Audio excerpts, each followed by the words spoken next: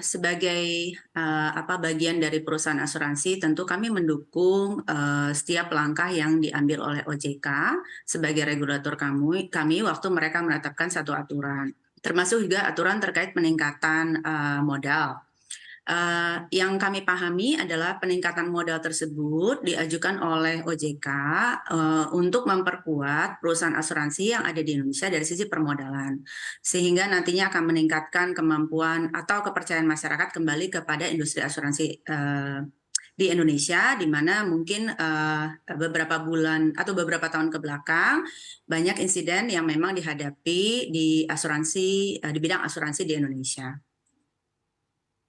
Baik, Begitu, tapi Mbak. Allianz menilai urgensinya saat ini seperti apa untuk asuransi di Indonesia, terutama asuransi jiwa?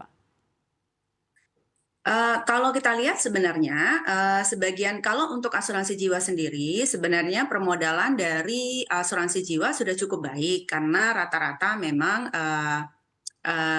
berada di sudah memenuhi semua aturan OJK yang berlaku.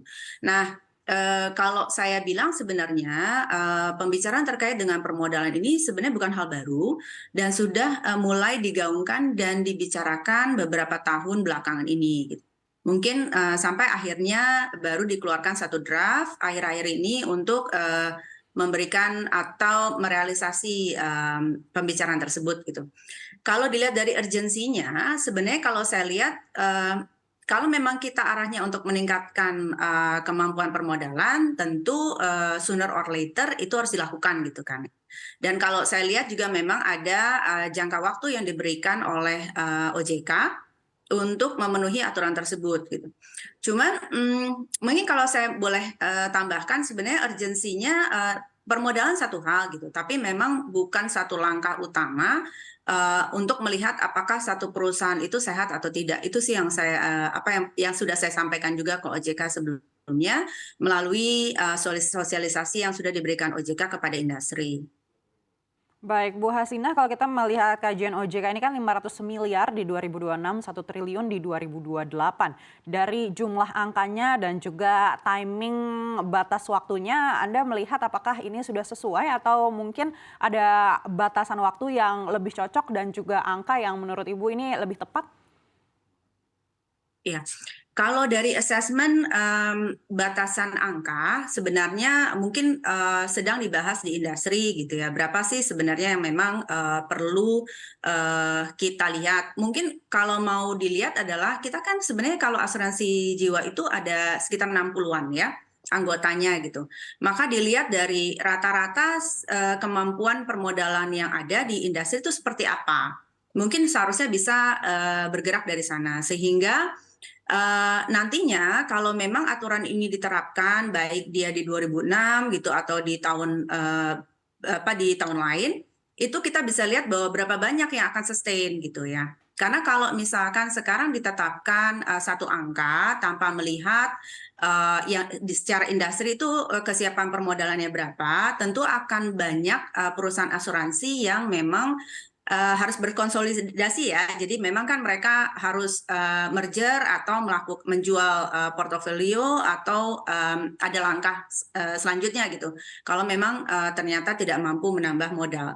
Dan ini mungkin impact-nya bukan hanya permodalan, tapi yang perlu kita pikirkan adalah perlindungan konsumennya, gitu ya. Karena nasabah yang sudah membeli polis di asuransi tersebut nantinya akan seperti apa, gitu. Kalau misalnya ternyata perusahaan-perusahaan ini harus berkonsolidasi.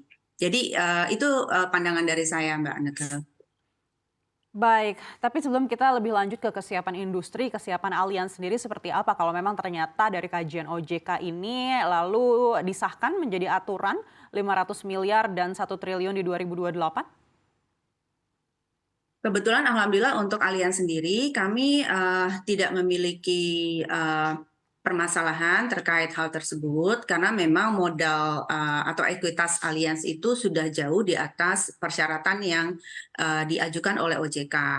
Jadi kalau boleh di-share saat ini ekuitas kami itu ada di 9 triliun ya.